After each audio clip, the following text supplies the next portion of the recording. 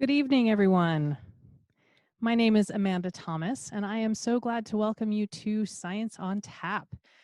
We are going to be talking tonight about the nutshell studies and the mother of modern forensics with Bruce Goldfarb, who is an author and official biographer of Francis Glessner Lee. And Bruce was supposed to come out here and do an event in person here in Portland, Oregon later this month. And that obviously didn't happen. So he is joining us this evening from his home in Maryland, and we're very pleased to have him here this evening. He, in preparation for this event, he sent me a copy of the book, 18 Tiny Deaths, which you can see here. And he also sent me, which he's going to be talking about at length this evening, he also sent me a tiny version of the book. You can see this is 1 to 12 ratio of, this is if you were to see one of the books in the Nutshell Studies dioramas that Francis Glessner Lee is known for. This is the size of the book that would go in there. So there's nothing written in there, but not like I could read it anyway. But it's kind of a fun little thing there. So if you have heard of Francis Glessner Lee, you probably know of her as the lady who made these crime scene macabre dioramas, and I'm here to tell you that she is so much more than that. She has a fascinating life, and Bruce is going to be talking about her this evening and her contributions to the field of forensic science, which honestly wouldn't be a field probably if she hadn't been here. So I'm very pleased to have him here to talk about her and her contributions this evening. Just a quick notice, he is going to be talking about some, well, obviously the dioramas depict crime scenes, and he's going to be talking about some live action, I guess, crime scene simulations that are used to train forensic scientists. There are some images, they're all fake makeup, nothing real, but just a quick image warning that there will be a few of those, I think towards the beginning of the talk this evening. So keep an eye on that. Didn't mean to unmute. I meant to go forward.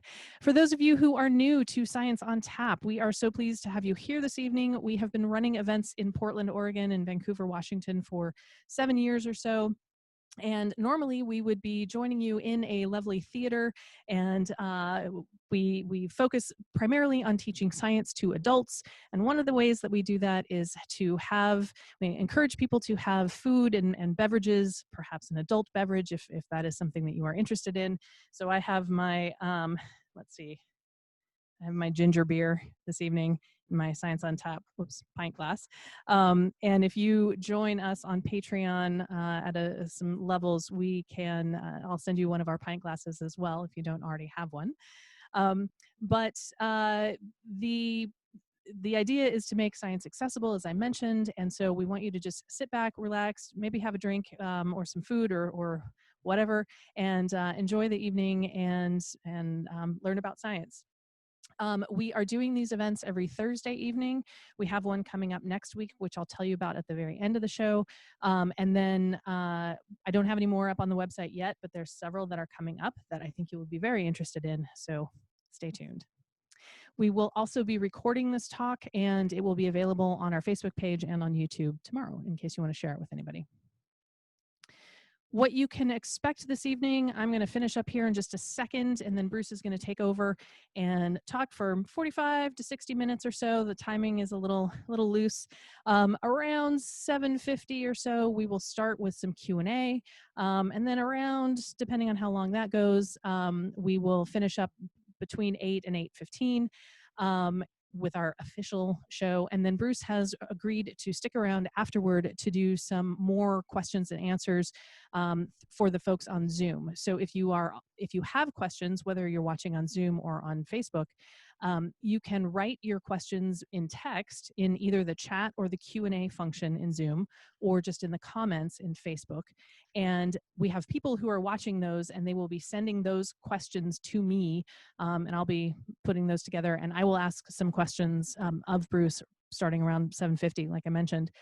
And then after we're finished, after our official presentation is over, If there are more questions that haven't been gotten to, Bruce said that he would be willing to stick around after and answer some questions on camera, some written questions from some folks on Zoom. If you are watching on Facebook, at that point, you are welcome to stay and watch and listen, but there won't be anybody monitoring those questions in the comments in Facebook at that time. So I'll mention that again at the end. So stick around afterward. And then just a quick note, we are running Science on Tap as a free event online for anybody who wants to participate or watch online afterward.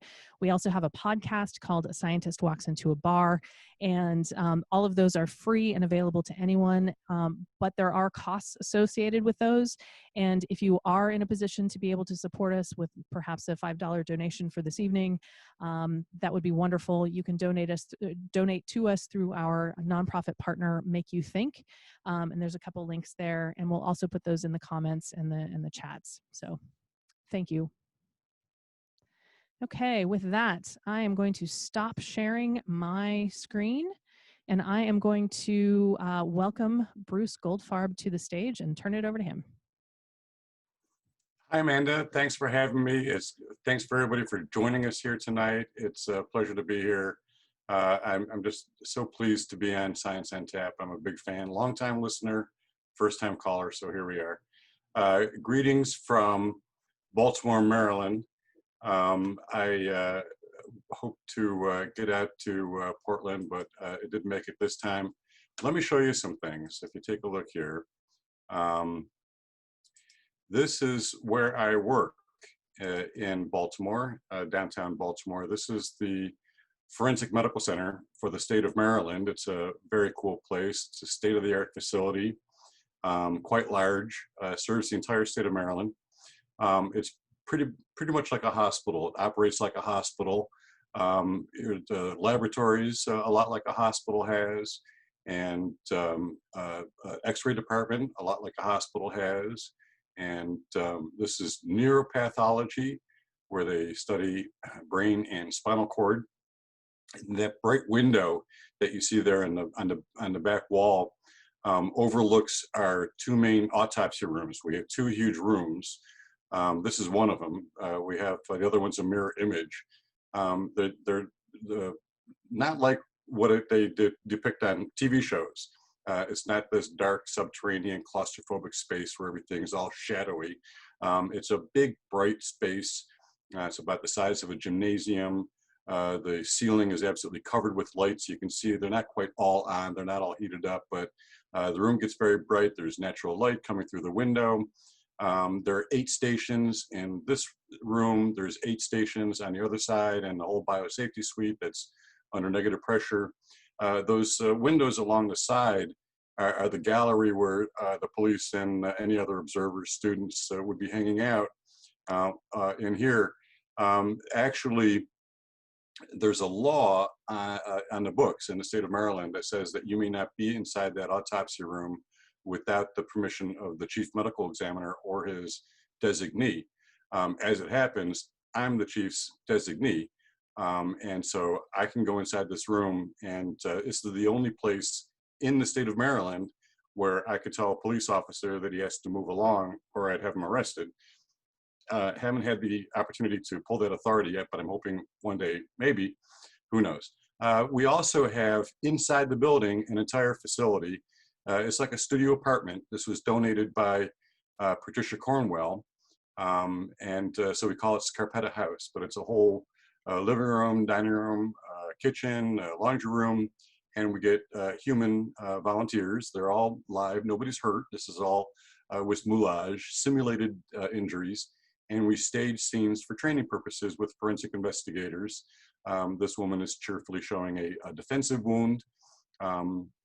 This is actually Dylan Thuris, who is the co-founder of Atlas Obscura, one of the friends of the Nutshells and a visitor. And he's having a great time. And we're probably best known for having these dioramas, the Nutshell Studies of Unexplained Death. There's 18 of them that are here at the medical examiner's office. They are all in a scale of 1 inch to 1 foot. It's a standard dollhouse size. Just want to show you some pictures to give you an idea of the level of detail and some of the craftsmanship that went into it. Each one of these dioramas cost about what it costs to build a real house, and people wonder, how can that be? Why are they so expensive? One reason being this little hand mixer that's under the sink here is actually a charm bracelet charm that is made out of gold that was painted to look like steel. So they're really no expense was spared in creating these dioramas. But I just want to show you some pictures. So if you Google them, there's a lot of photos online. There's a whole book called The Nutshell Studies of Unexplained Death by Corinne May-Botts that has these wonderful photos in it. If you're looking for the nutshells, I wholeheartedly recommend that. If you want to know the story about it and the woman who did it, that's where my book comes in. But they're all just amazingly, for the most part, handcrafted. Just want to show you some of the pictures of these dioramas because people, I know a lot of people are interested in them. And simulated injuries, trigger warning there. I don't know how that got there. That shouldn't be there. But these are used for training purposes by police officers. And they practice their crime scene observation skills. And these are all police who attend a seminar, a week-long seminar in homicide investigation that is held in Baltimore. And this has been going on since the seminar has been held since 1945. It's the longest running and best known seminar of its kind. It goes all week. And the curriculum has changed very little since 1945. They learn about blunt force injuries and sharp force injuries and poisoning and drowning and all those things. They observe an autopsy and all that, and they practice with the dioramas as well. Now, this seminar was established in 1945 by this woman, Frances Glessner Lee. And Frances is truly the mother of forensic science, and unequivocally, she is the only woman who made a major contribution to the field of forensic science, which may sound like an extreme statement, but for a long time, women didn't have the opportunities to work in that field. But all the technologies, fingerprinting, forensic chemistry, toxicology, hair and fiber analysis, all these things, these were all developed by men.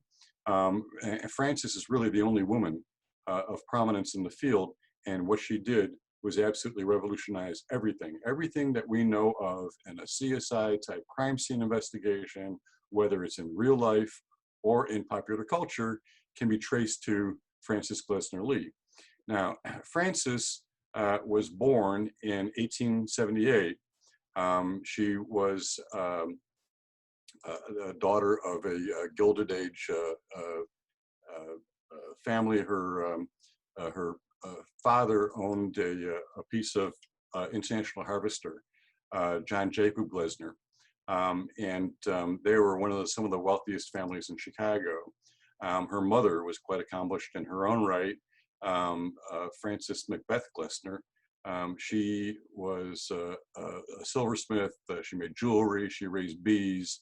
And from the time that Frances was a toddler and able to hold a needle in her little fingers, taught her daughter sewing and crochet and needlepoint and knitting and all of these domestic arts.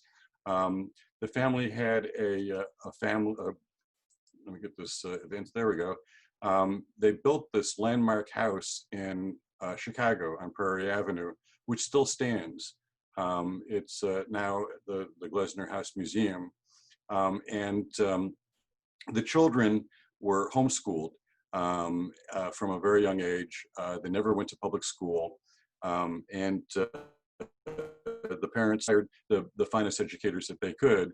And both Frances and her brother, she had one sibling, George, were trained in mathematics and the natural sciences and language and literature and art and music and dance and you name it. She was Frances. They were both. She and her brother were given the equivalent of well beyond high school. By the time that they reached age 18, They had been trained well into the college years,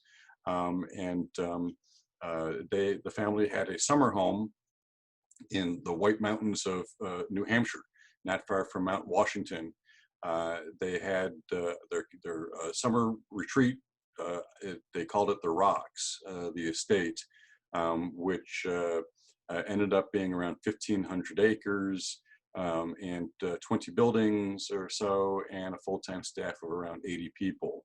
And this is where Frances ended up spending much of her life later on. She moved here full-time and lived up in New Hampshire, where she did a lot of her work. This is a log cabin that was made for Frances when she was a small child. Frances came of age. She married to a lawyer named Blewett Lee. It lasted a while. They didn't stay married for long. They ended up getting divorced after around 9 years or so. They did have 3 children, John, Frances, and Martha. And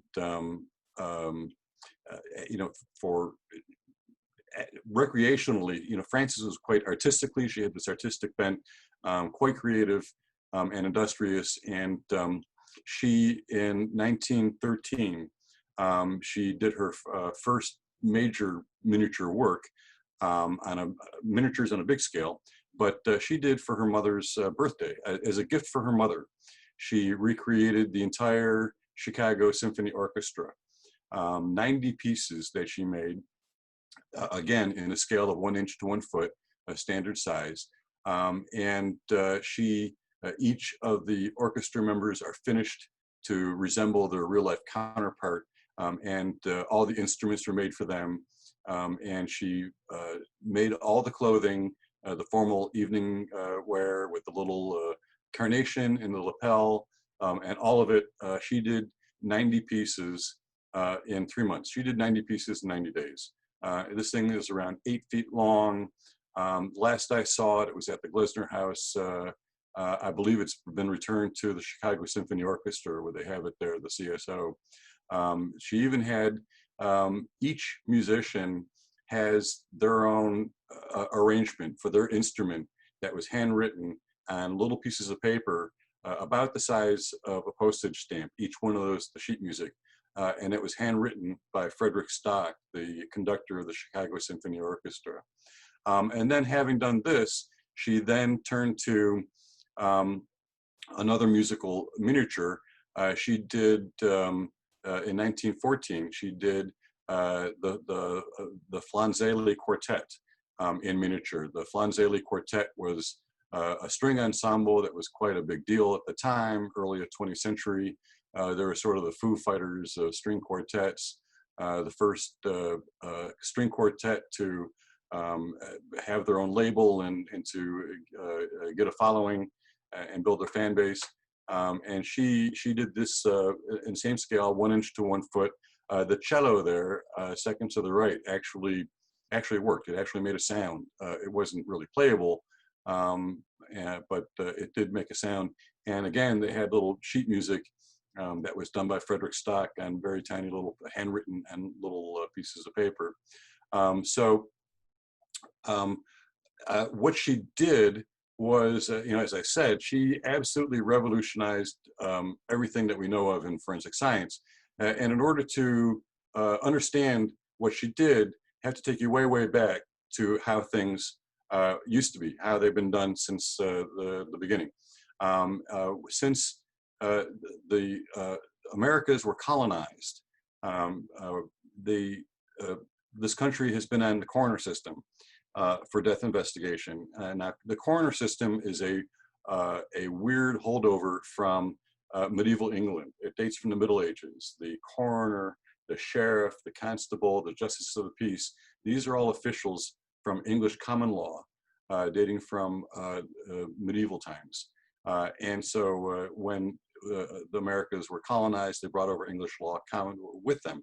So the coroner was the royal judicial officer. He was called the crowner because he represented the crown, which ended up getting corrupted into coroner. And the coroner had a list of responsibilities, most of which involved making sure that the crown, that the monarchy got their share of whatever it is. So they collected fees and taxes and those sorts of things and penalties. So they investigated shipwrecks and treasure troves. They also seized royal fishes, such as sturgeon and porpoise, which are only fit for the palate of a king, and ordinary people should not or could not eat. And they were authorized to serve papers on a sheriff, or if it were necessary, to arrest the sheriff. The sheriffs weren't always on the good side of the law. They were notoriously corrupt, and it's not for nothing that the sheriff of Nottingham is the bad guy in the Robin Hood story. So the coroner did that as well. And they also, by the way, investigated deaths too, mostly to see if a death was a murder or a homicide. I'm sorry, a murder or a suicide. Back in the day, suicide was a crime against the crown, or a crime against God, or a crime against the state, a crime against the individual, fellow to say. So if a person took his or her own life, the coroner would confiscate all their property. Same thing if somebody was a murderer. If you killed somebody, they would execute you, and they would also take all your property too. So that's what the coroner did, all that. Now, what the coroner would do, they didn't have to know anything about law or medicine or anything. What they do is hold a coroner's inquest. You get a jury of people together, and they hear from witnesses. They were required to look at the body and examine it. And then they vote. How many think it's an act of God? How many think it's an accident? So it's basically crowdsourcing death investigation. And this illustration from the late 18th century, you see on the right side, there is the coroner's inquest jury who is listening to the witness, appears to be a woman on the stand on the left. And in between there, you see these gentlemen working at a table. Those are reporters, that's the press. And those are people who are making sure that any sort of unsubstantiated rumor, any scuttlebutt, any sort of thing will get into the afternoon papers. So that's the way things used to be done with the coroner's inquest. Today, there are still coroners in the United States. About half the country is covered on the coroner system. And in many places, such as New Orleans, they run for office. They're politicians, and they're elected to office. And so you're elected because you have name recognition, or you're loyal to the right machine. You're elected not because you're best at the job, but because you got the most votes. So the coroner system in the United States, it's important to appreciate that it is a political job that they're doing. And so when they're reelected, you don't have a reason to get any better at your job because you don't get the job for being good at your job. And historically, not to say that all coroners are corrupt and incompetent, but there is a tendency to corruption, bribery. It's very easy to cover up, cover things up. You slip somebody some money, you can make things go away. It's much more easier in a coroner system. There are certainly coroners who are decent people, who are men and women of integrity, who doing what they can. But again, these are not people. They're not medical or legal professionals. These are lay people who've been put in this position, and the qualifications of the coroner really vary a lot. In some places, coroners are actually very good. It depends on the state law. In Nevada, for example, the state law says that the coroner must be a doctor, has to be a medical examiner. In Las Vegas, the medical examiners are actually forensic pathologists, like they are here in Maryland. And that's very good. That's the model for CSI, the TV show. Other places are quite different. Not long ago, South Carolina raised the minimum standard to include a high school diploma. In many parts of the country today, in Missouri, in Indiana, the qualification to be a coroner in Indiana is that you are over the age of 18 and that you live in the jurisdiction that you want to work and that you get elected to office. That's it. So I believe that places like Missouri, they do next door same qualifications. You get elected to office. You are required to take, I believe it's 40 hours of training within the first year on the job. By comparison, to be a licensed barber in the state of Indiana, you have to have 1,500 hours of training. To be a manicurist, to be a nail technician, and to give a manicure, you have to have 400 hours of training. So it's really not quite the same thing. A medical examiner, by comparison, they're doctors, so they've done medical school. You have to do 4 years of pre-med, 4 years of medical school, and then you do a residency in a special area, so a clinical area. In this case, it's pathology, and then you have a additional year of training in a fellowship where you're trained in the patterns of injury and illness related to death. And if you pass your boards, there you go, you've met the qualifications. So there's 13 years of training before the first day on the job. Specialized training in this area on diagnosing cause and manner of death. So it's quite a bit different. So throughout the country, it varies from place to place. It not only varies from state to state, it can vary from county to county, city to city. Some places are medical examiners, some are on coroners, some have both, some have they're medical examiners, but they have district-wide offices. It's just this whole wacky system. There's no federal law about death investigation. There are no federal requirements for those sorts of things. Nothing like that. It's a very local act, and it can even breaks down county by county. In New York, for example, they have medical examiners in New York City and in my hometown, Buffalo, New York, and they're in Erie County. But much of the state is served by coroners who are elected to office. Now, at some point in Erie County, there is a boundary line where Erie County is on one side and the other counties on the other side of the street. So if you die on one side of the street, your death is investigated by a medical examiner who is a civil servant. And if you die on the other side of the street, your death is investigated by a politician who's elected to office. So no particular reason. Your death may be investigated by, if there's an examination, it may be in a funeral home or in some guy's basement, I kid you not, or in a garage or something like that, or it may be in a state-of-the-art facility as it is here in Maryland. So the person who's responsible from going from the coroner system to the medical examiner system is Frances Glessner Lee. She is the one who carried that torch to make sure that it took root here in the United States. So what exactly did she do? And I will explain it. It goes into much more detail in the book, but basically Frances was introduced to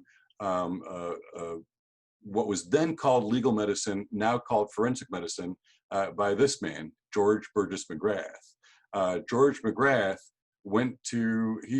attended Harvard, went to Harvard Medical School, and he was at Harvard. He was the best friend of Frances's brother, George, the two Georges. And Frances knew this guy when she was a teenager. They went to the 1893 World's Fair in Chicago. They rode the Ferris wheel together. George McGrath went to medical school. He was a pathologist, and then in 1907 was appointed as the medical examiner for Suffolk County, which included most of Boston. Now, Boston had the first medical examiner system, the first medical examiner office in the country in 1877. And George McGrath was the second person to hold that job as medical examiner in Suffolk County. He was the first pathologist to be appointed as a medical examiner anywhere in the country. So he is truly America's first forensic pathologist. Now, there was nowhere in the country to learn about forensic pathology. So he took a year and a half and went to Europe, to the big medical capitals in Europe, went to Vienna and Edinburgh and London and Paris, and he learned about legal medicine and then came back to the United States and incorporated this in his work in the medical examiner's office. And he also lectured to medical students at Harvard Medical School about legal medicine. Now, McGrath got this reputation as a sort of Sherlockian a crime doctor, and he was consulted on cases throughout New England. He was quite well known, and he was involved in a number of really high-profile cases, such as the Sacco and Vanzetti case. He was the medical examiner on that. The 1819 molasses, the Boston molasses disaster that many people may be familiar with. The suspicious death of Babe Ruth's first wife. And there was a big case that was notorious, Linnell Avis Linnell, Linnell Avis, I'm sorry. He was the medical examiner in these cases. And so in 1929, he spent time in Boston recuperating. Francis had to be hospitalized in 1929, and so did George McGrath. He had very bad cellulitis in both hands, and so they spent time in Boston that summer of 1929. And he explained to her about coroners, medical examiners, his work, and told her stories about his work, and they're talking and talking, and she realized this light turned on, and she spent the rest of her life. He just sort of got her this little nudge into this area, and she just took off and ran with it. And she came to realize that three things were necessary in order to move away from the coroner system to a medical examiner system.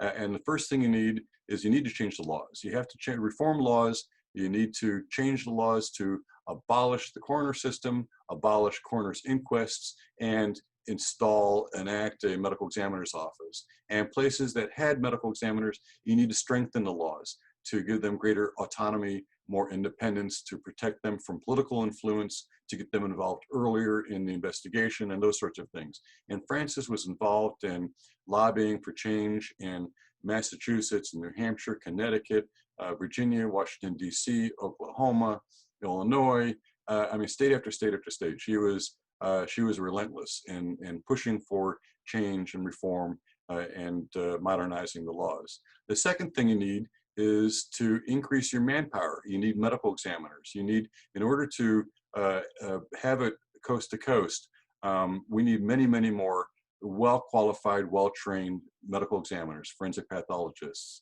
So she did that as well. She began supporting George Burgess McGrath's lectures in 1931, paying his salary so he could lecture at Harvard. But in 1936, she gave a bunch of money. She gave the equivalent of, back then it was about $250,000, which works out to around $3.4 million in equivalent in today's currency, to establish a full department of academic medicine at Harvard Medical School, the Department of Legal Medicine, that would do lectures, and they would do training in a fellowship program, and do research and publish, and they would have a library and a laboratory and all these things that you expect from an academic medical department. And she did that. She established the first Department of Legal Medicine in the United States at Harvard Medical School. She did that. And the third thing you need to do is you need to get police up to speed. The police are first responders. They are the ones who are at death scenes. They're sometimes the only people who are at death scenes. And so it's very important that they recognize the medical importance of what they're dealing with. They have to not disturb things. They need to recognize evidence. They need to collect and preserve evidence and do all these things. But mostly don't do anything that will compromise the scene and the evidence. Don't walk through blood, don't move the body, these sorts of things. Why it's important that these things be looked at. So she established in 1945 this seminar, this week-long seminar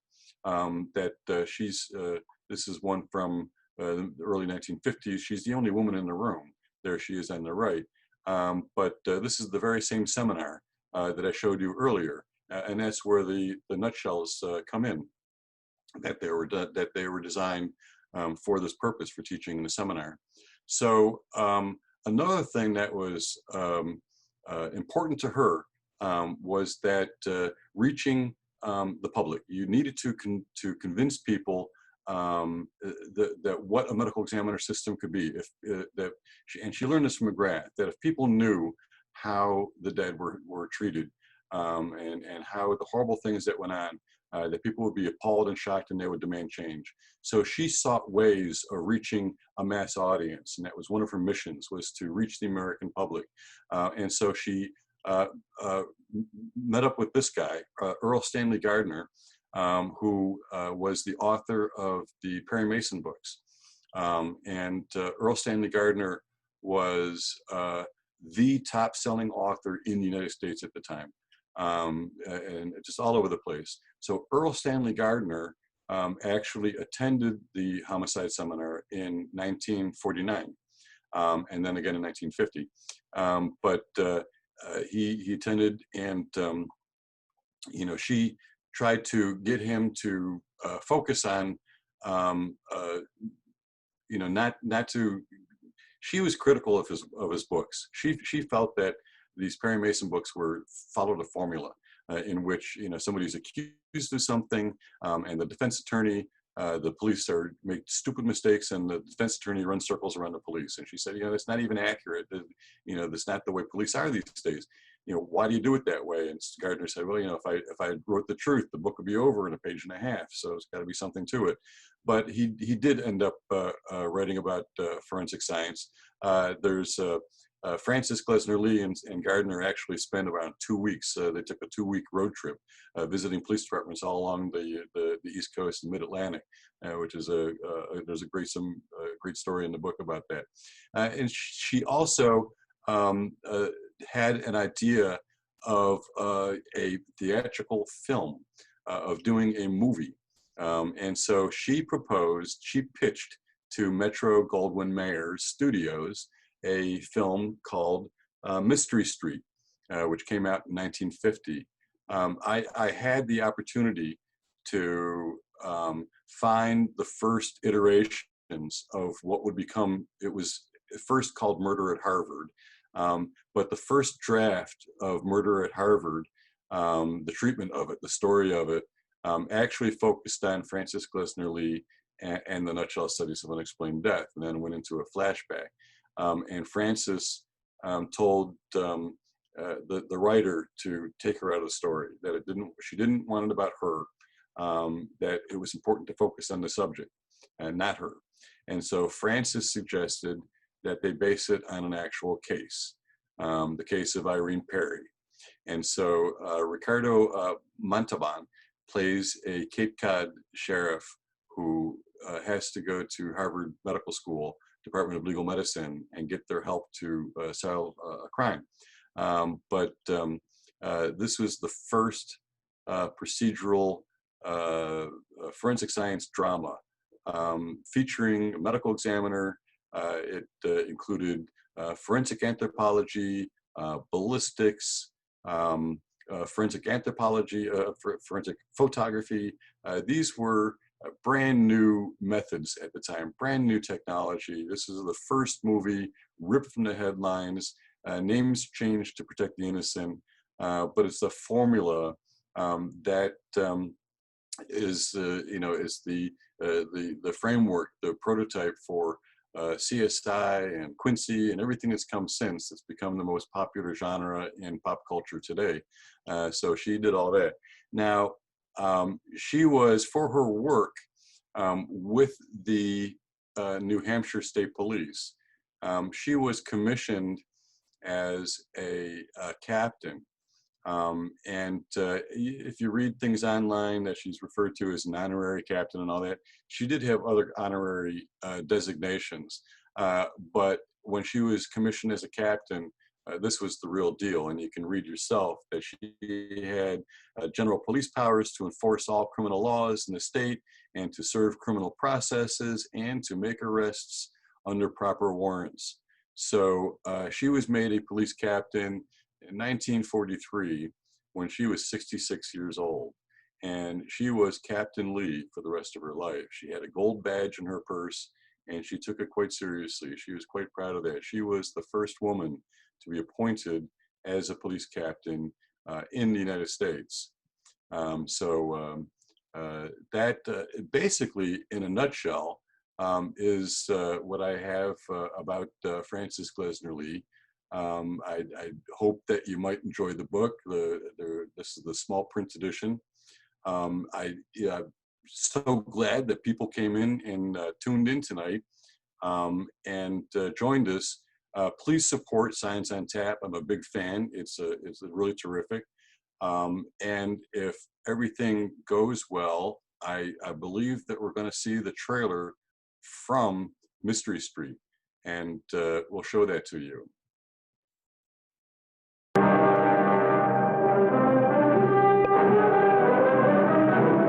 Here, on this street, in this very house, the Boston Girl mystery started.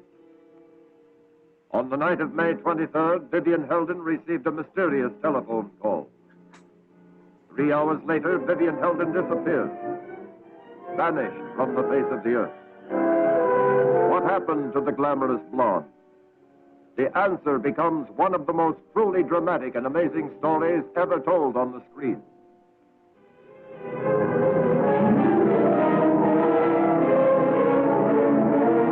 The police said, this man murdered Vivian Heldon. The scientist said, don't be too sure. Then, circumstantial evidence drew its ever-tightening net around the bewildered man. Are you all sure now? That's him. I'll swear that's the guy. He's lying, that man. Yeah, He's that's the one. him. I never saw him before. He came to ask about Vivian. Now, climb him into the electric chair. Oh, no, darling, no. I made a lot of mistakes. Oh, but not that one. Here in this room is the answer, the facts behind the story, the clues that can send a man to the chair or prove him innocent. They're all here in the house on Mystery Street.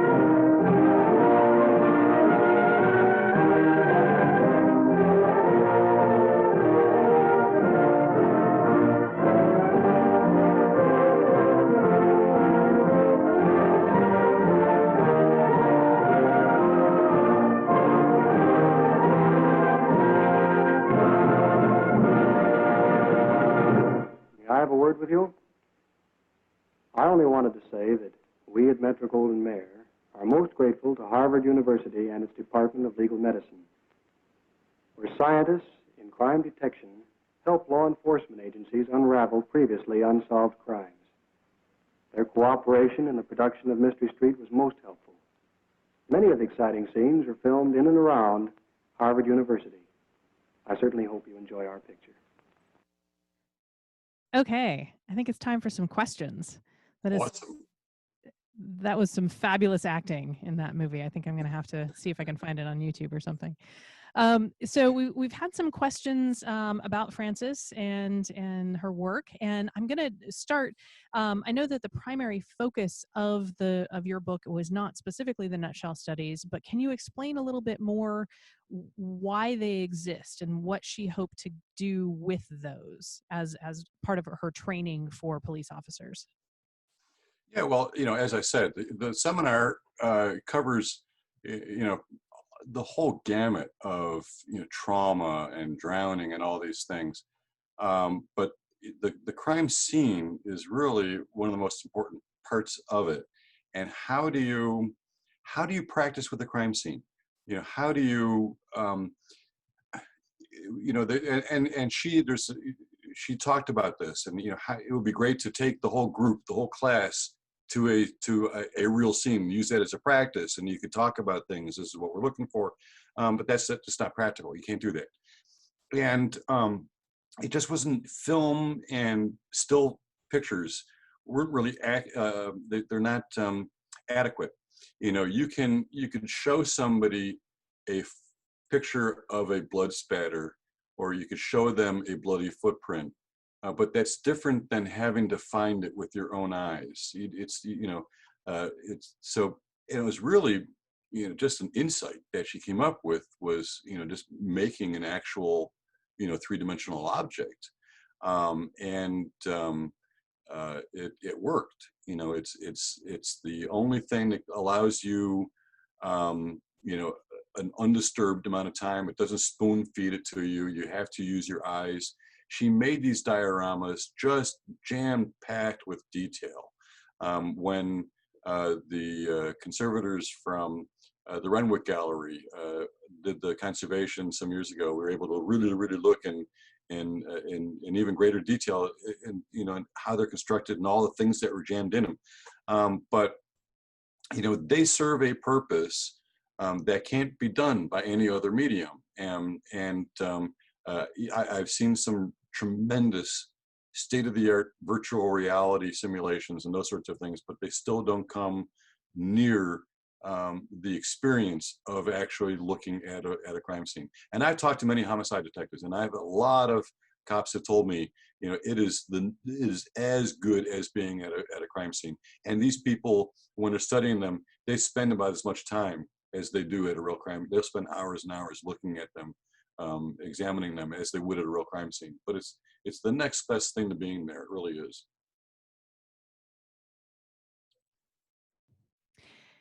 One of the things, well, and actually let me stop for just a second. If you have a question and you haven't already put it into the chat or the comments, please do so. We have people who are watching those and they're sending them to me, so I will pass those along to Bruce as they arrive. But one of the things that I remember from reading about them and looking at the exhibition that was put on at the Smithsonian Renwick Gallery a couple of years ago, and hi, Nora. Thank you for your recommendation on this. Hi, Nora. Thank you. She's the curator and a friend. Anyway, one of the things that she mentioned and you mentioned in your book was that the fact that Lee was a woman in this men's field, and the fact that the nutshell studies involved so much of your typical, domestic arts, as you mentioned, the sewing and knitting and all of those kinds of things. Can you talk about like the juxtaposition of the female viewpoint versus the male field of legal medicine? Well, I mean, yes, that's true, and there are probably other people who, including Nora, who could speak quite eloquently on the whole I can't speak from my experience of what it's like being a woman and being in a man's world. But yeah, she had all that, and that was true. The police were certainly almost exclusively men, some make some people sort of make Frances into this a proto, she's a feminist, and that she subverted the domestic arts, to get into the man's world. And that may all be true. She did not personally identify herself as a feminist. She discussed of the obstacles that she had, and she did discuss, the problems that she had as a woman in a man's world. But she was a woman. She was an older woman. She had health problems that limited her abilities. But most importantly, she lacked the academic credentials. She didn't even have a high school diploma. And of all the obstacles that she had, that was really the most that set her back, was the lack of academic credentials. But I think that it was fortuitous that she happened to have the skill set and had a solution for a unique problem that she was able to apply to it. I suppose that you could take that further and say, yes, that she's that she's subverting this art for the purpose of science. I mean, that may be true. I don't know what else I can say. We have some other questions about kind of more what you were talking about with the coroner versus medical examiner distinction. There's a question about what is the difference between a medical examiner and a medical pathologist? Well, a medical examiner is a doctor, okay, but a forensic pathologist has that specific training in forensic pathology. Literally means, that's pathology in the service of justice. So it's the legal aspects of medicine, medicine in the application of law. So a person who is a forensic pathologist is specifically trained in diagnosing the cause and the manner of death.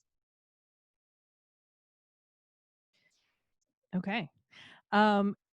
More questions about kind of modern day CSI. Can you talk a little bit, if you have anything to say, about sort of the CSI effect and how these kind of training things and or the mystery street movie and the TV affects how work is done in legal settings currently. Oh, it's absolutely true. The CSI effect is a real thing. I think that people are better informed overall.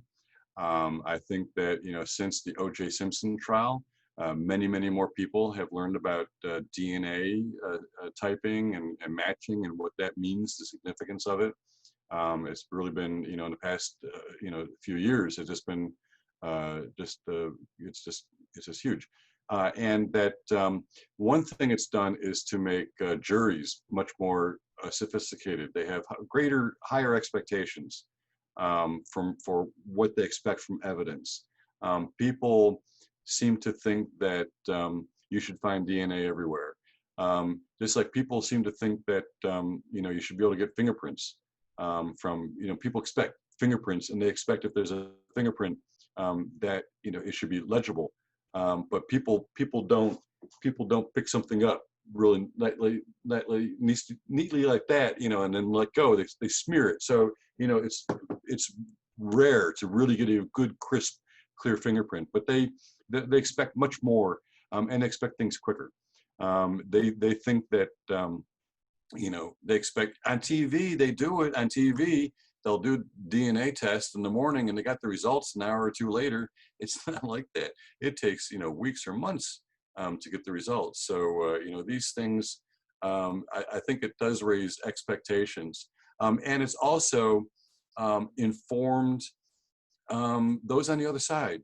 The perpetrators have gotten quite sophisticated, and they have learned to do things like pick up random cigarette butts and leave them at the scene of a crime, so you get some mismatched DNA in there and that kind of stuff. So they're all hip to the tricks. Everybody watches TV, even the bad guys. Couple more questions about the nutshell studies specifically. Yeah. So a question, I can imagine it took a long time to create the dioramas. Were they mostly for unsolved cases? And another question related to, are the answers available? How does that work? Okay, well, the dioramas, for the most part, they were constructed between 1943 and 1948. Most of them were done within a 5-year period, and they're not particularly notorious or unsolved cases. It's not about solving them, and that's one of the difficult things for people to really understand about what the purpose of the nutshell is. They're not whodunits. They're not meant to be solved. It's not about who did it. These were cases. She chose these cases, for one, because she had the background information. Most of them were investigated by either George McGrath or Alan Moritz, who succeeded McGrath as chairman of the Department of Legal Medicine, or somebody else that she knew. So she knew the facts of the case. And they're all purposefully ambiguous. They're all incomplete. But it's not about figuring out what happened. In some cases, it is a person or persons unknown. In some cases, the person who did it is pretty obvious because it's the other, we know what happened there, the husband did it or whatever. But so it's not about who did it. The solutions, and they do exist, the solutions are kept under lock and key by a guy named Jerry D., who's a veteran. I wouldn't tangle with him. He's not going to show them to you. You can't. You can ask. He's not going to show them to you. But they have been kept secret, as they have been since 1945. Francis wouldn't even let the answers, the solutions, go to Life magazine. They wanted them. But the solutions are things that you should have seen. They describe the evidence that's present there, important facts that you should have noticed, the position of certain objects and that kind of thing. That might be meaningful. So those are the solutions. They're under lock and key. I'm not going to tell you the answers. Sorry. No. Speaking of things being a little bit hard to get at, I understand that the nutshell studies are, nobody can see anything right now because of COVID, but that they are in the medical examiner's office, I believe, and you have to make a special appointment, or they're only available to certain people, or is there a way that there's been a lot of questions about how do I see these in more detail? Is there an online resource that people can look at them? There's a bunch of stuff online, and in fact, the Renwick Gallery has these beautiful 3D VR panoramic images that are available online. There's a lot of images online. You're right that the building is closed during the pandemic for further notice. I don't know whether it ever will be again. You know, the thing is, for one, Francis explicitly said that the dioramas exist for teaching purposes, not for exhibition. They only were exhibited once. One and only time was at the Renwick Gallery of the Smithsonian's American Art Museum. And that was because the Smithsonian and those wonderful people spent so much time preserving these artifacts that were deteriorating badly and at risk of irreparable damage. And the work that they did with Ariel O'Connor and her team, and Nora putting in the exhibit, that has saved the dioramas for future generations. They're in good condition now and have been untouched since they've been returned. So I feel very good about that. But the thing is, you know, we've helped videographers. People have done documentary movies. They've done photos, VR images. We put them on public exhibition. The fact is that the OCME of Maryland is a working forensic medical center. And the citizens of Maryland pay my salary not to be a museum guide, but to work for the chief. And so it's only, you know, it really gets difficult sometimes. And I know that they're listed in places like Atlas Obscura and that kind of stuff, and they're in travel guides, but, you know, they're really not. You know, I hate to invite people because we just can't have people at visiting all day every day. But I do occasionally, you know, if somebody's traveling from overseas, or they're an artist, and I've had people call me up. They're a photographer. There was an artist in Oxford, Mississippi, a miniaturist who had been inspired by Frances Glessner Lee and had based her whole life work on her artistic output. Lee Harper. So I made sure that she had an opportunity to spend time with the dioramas because that was, you know, very meaningful to her. So, you know, it really has to be on a case-by-case basis. I've also had literally, you know, people coming in off the street with a stroller and toddlers, you know, with bottles and things like this. And it's, you know, it's not that kind of thing. It's really not, you know, not that kind of tourist thing. So it's just, I have to do it on a case-by-case basis. Another question kind of related to your job at the medical examiner office. How did you become a Frances Glessner Lee super fan and get this job working with the Isn't it something? Isn't it something? Weirdly, before my present job, I was committing journalism, and I did that for many years. I first wrote about the nutshell studies of unexplained death in 1992 for the weekly magazine of the American Medical Association, American Medical News. And I wrote a bunch of stories for American Medical News. One of them was about the nutshell studies.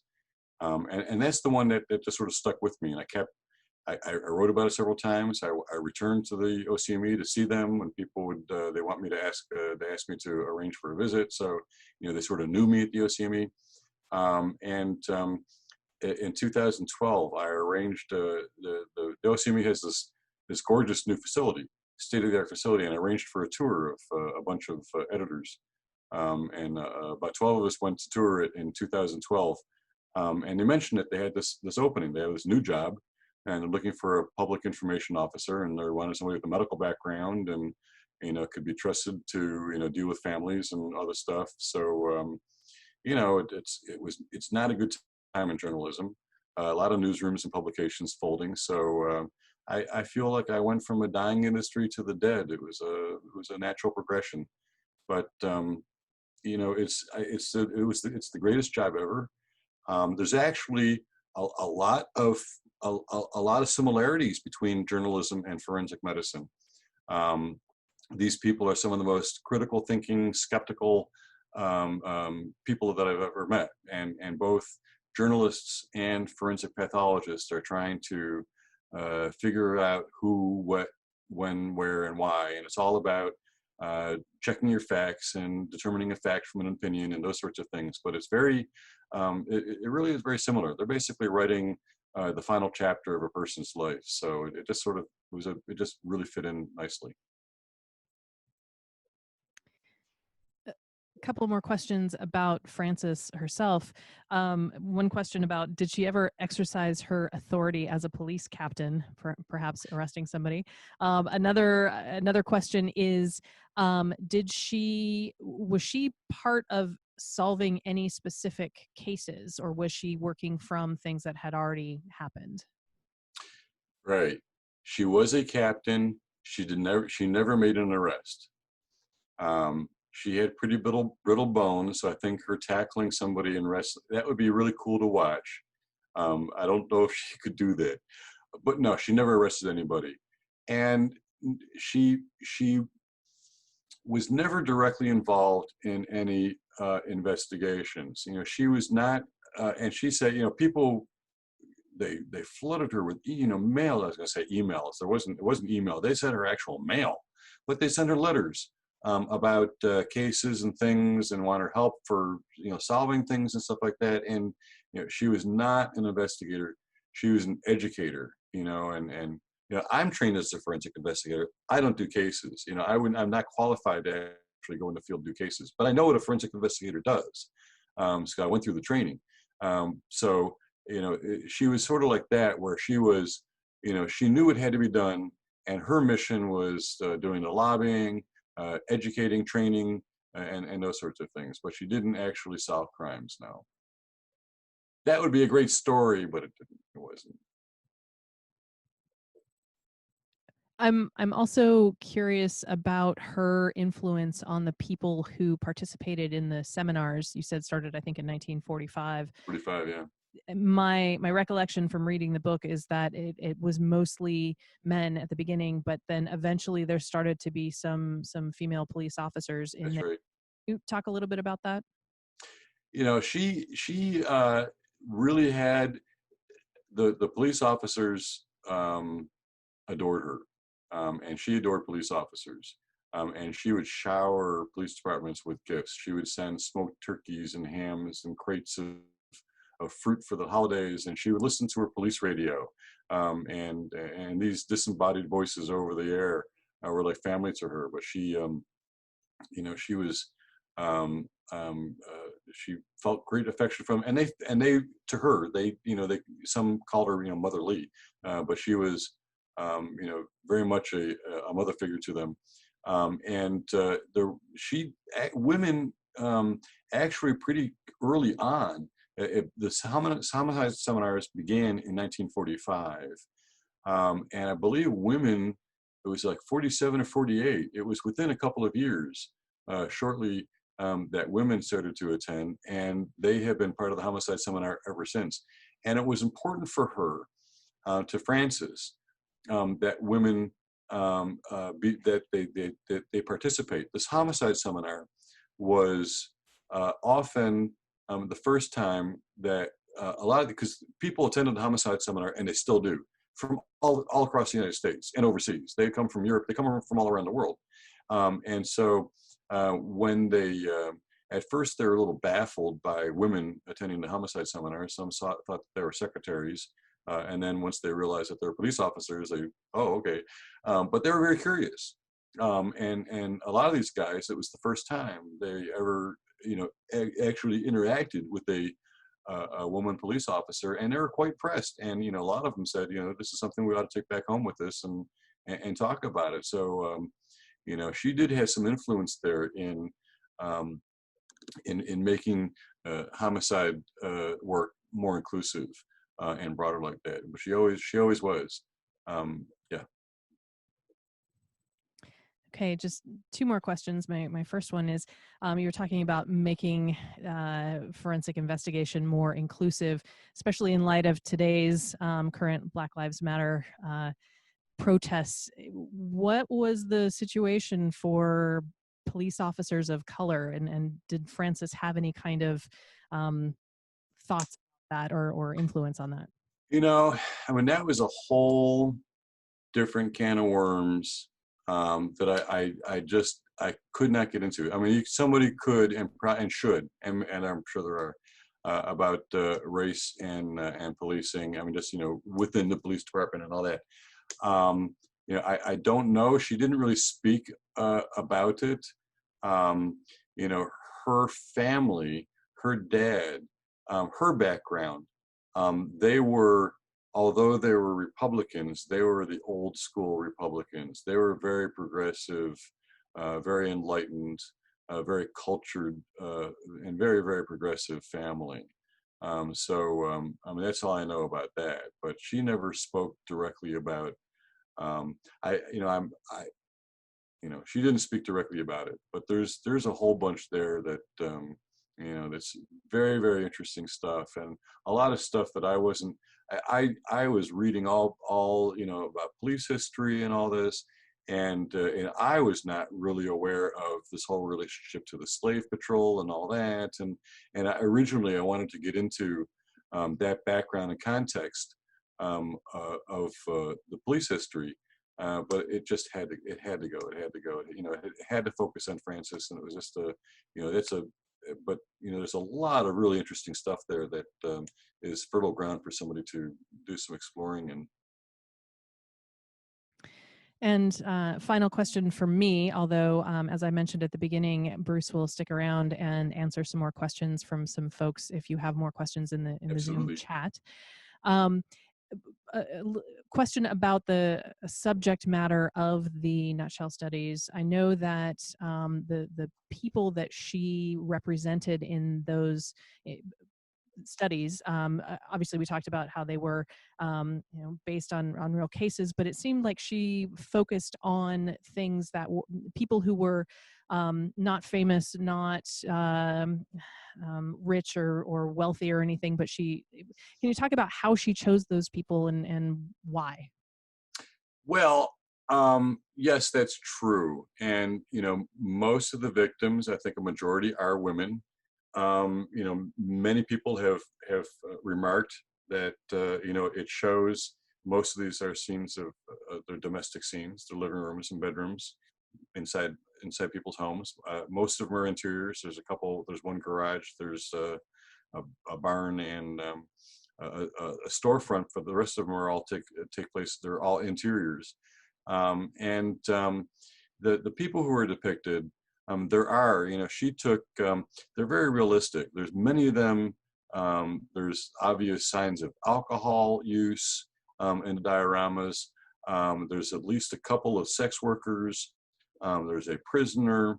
There are some very poor, marginalized people. But yeah, these are people who, and that's one of the things, when I first saw them in 1992, that drew me to the dioramas, because they are so, you have this, this extraordinarily rich woman doing dollhouses about very poor, modest, people of modest means, which just, that just intrigued me. There's a contemporary of Frances Glessner Lee's, Narcissa Thorne, and she's also well known in Chicago, and she did these miniature rooms, the Thorne rooms, which are on display at the Art Institute, I believe. If you look at the Thorne rooms, these are gorgeous ballrooms and foyers and living rooms, and they're beautiful, and they're absolutely spotless and beautiful. And in my mind, I think one of the reasons that she chose to do it this way is that it's so much more interesting. If everything is spotless and perfect, you don't get much personality there. You don't get much story of who these people are. But if you look at these dioramas, there's so many, these little details to me are so telling. The worn spots on the wall, the leaky boards beneath the sink, that the sink has leaked before.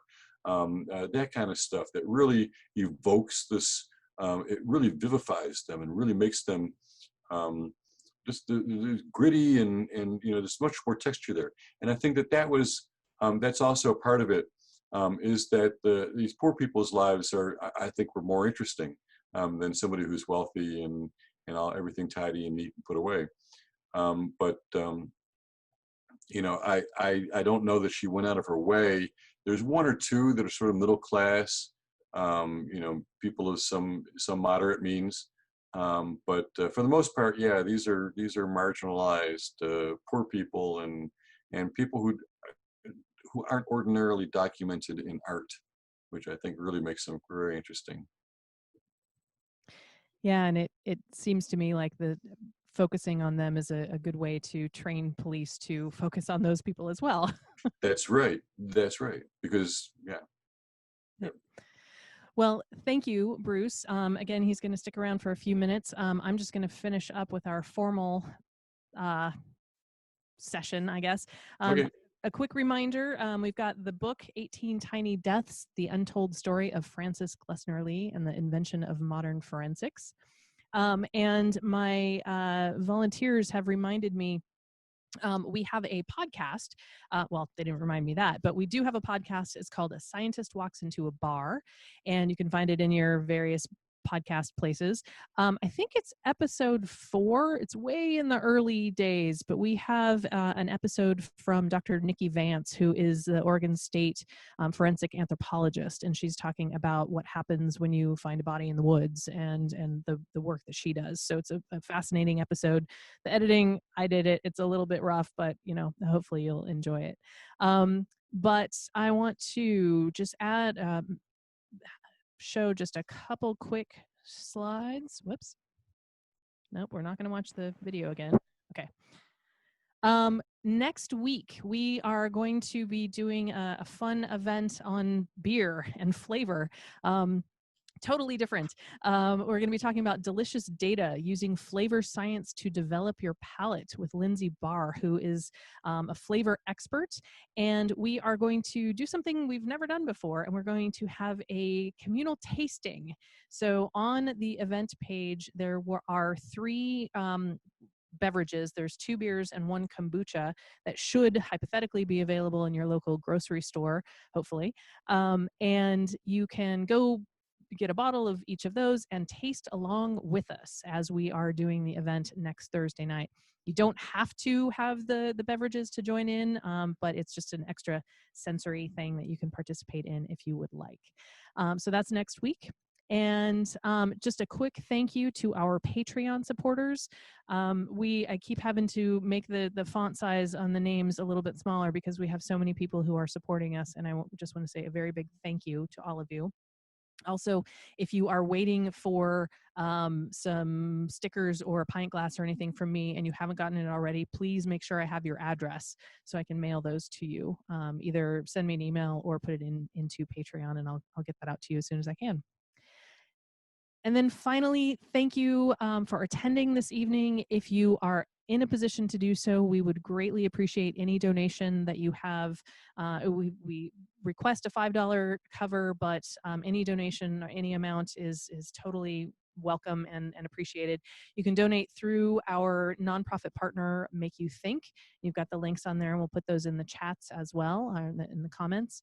If you want to join the Patreon, there's the link for that as well.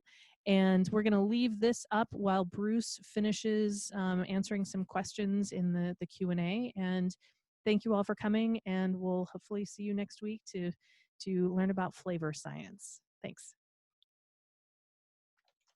So Bruce, if you would read out the questions in the chat, right, the Q&A, and you can do just it that way. Yeah. So there are people still listening. All right. Yes. Sound is working. All right, we got that one. Why no women? Is the field only open to male experts? Actually, there are, forensic medicine is one of the few medical fields where there's more women than men, actually. Forensic pathology is quite family friendly. You work a 9 to 5 and you're off on the weekends. You don't get woken up in the middle of the night to deliver babies and that kind of stuff. And you don't have to do insurance and billing and all that stuff. So, and medical forensic pathologists, they don't get sued for malpractice. It's at our office, I believe out of the 17 or so medical examiners, most of them, there's over half are women, or probably 2/3 of them. But there's actually more women than men in the field, and the forensic investigators as well. Most of them are women. So many sciences are dominated by male voices. Well, this is true. I'm sorry to hear, but that is true. Her relationship with the Black community. Yeah, yes, there were policemen of color attending the seminar. Yeah. I don't know if she supported specifically Black musicians and those sorts of things. I do not know. Coroner in Fresno was a veterinarian. Okay, at least they got some medical training there. Where did her money come from? Her dad owned a agricultural company that became part of International Harvester. And when International Harvester was formed in whatever it was, 1902 or whatever, I think it was broken up in 1902. When International Harvester was formed, it was the largest manufacturing corporation in the world. So it was a huge, huge company. And in 1920, what year was it? 1927, 29, her uncle, John Jacob Glessner's brother, died, and he was childless. So he gave $250,000 to Francis, and that's where the money came from that for Harvard. Yeah.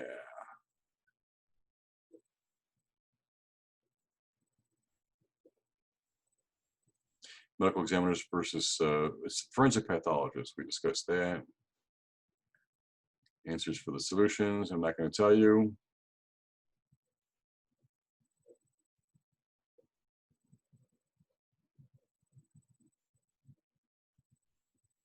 I'm sorry that it was so crowded at the Renwick Gallery. It was crazy. It was crazy busy, crowded. I felt so bad. I didn't want to go in the room because I felt like I'd be occupying a space. If I could have, would have done it, would have had them up there for months and months. It was, if I'm not mistaken, the second most popular exhibit at the museum up until that time, followed by Burning Man. Just followed it, and that was just totally hugely popular. But the best TV show and what is the worst crime show? I don't watch them. I don't watch crime shows. I don't think that somebody who is an accountant all day would then go home and watch a TV show about accounting. I do that all day. I don't want to do that in my own time. Most of them are pretty bad. I watched NCIS. There was an NCIS episode, the one not long ago, that was actually about mentioned the nutshell studies of unexplained death, and had David McCallum, Ilya Kuryachin from Man from U.N.C.L.E., talking about the nutshell studies of unexplained death. That was a big thrill for me. Terrible, terrible show. I shouldn't say that. It's TV, so it's not terribly accurate. There are some, for documentary style, I have seen the first 48 a couple times. It's very accurate in terms of how things are done. And I was surprised, when you watch these shows and they go through all these things and yada, yada, I was really surprised, for one, how much a medical examiner really can tell from a knife. And they really can tell. I thought that was pure BS. I thought that can't possibly be right. They can tell if it's single blade or two double bladed and all that stuff. But they can. That was really wild. And the other thing that I was really surprised was I had the opportunity, because I'm working at the OCME, you can take all these training opportunities and stuff like that. So I attended a blood spatter workshop done by Baltimore City Police, and amazingly, although it doesn't happen the way Dexter did it, where you walk into a room and you can see everything happening, but when you think about it, that every little droplet of blood obeys the laws of physics. So that is all, it's just science. It's all measurable. And you can compute it. You can simulate it. But yeah, the bloodstain analysis, you can actually tell, low velocity from high velocity, and you can tell from, I saw the demonstrations, and it's exactly the way it looks, and you can tell when somebody's walking versus running and all these things. But blood spatter analysis, bloodstain analysis is actually, can be very accurate, although they don't do it a lot because it's very time consuming, but it does actually work. But let's see. Now, people seem to be interested in being a forensic investigator. All of our forensic investigators are, they're all EMTs and paramedics. So you have to have, at the OCME of Maryland, 5 years of experience before you can even apply for the job. So they all have some pretty in-depth experience.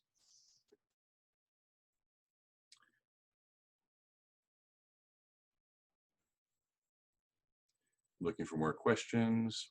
Will beverages be in the email? I certainly hope so. Can anyone attend the forensic seminar? Yes, if you pay the admission. I believe it's about $800 bucks. But we have actually had, we've had some authors. There are some attorneys, investigators, and other people who are interested to do it. Attend the seminar. I went through it in 2013. I've got my little pin and all that. I went through the seminar. Someone who teaches forensic science to high school students, what messages do you think FGL would want the next generation to know or be inspired by? Francis was all about searching for the truth and pursuing the truth, understanding facts. And she insisted that investigators had to be relentless in the pursuit of facts. You have to understand science and what science is, and her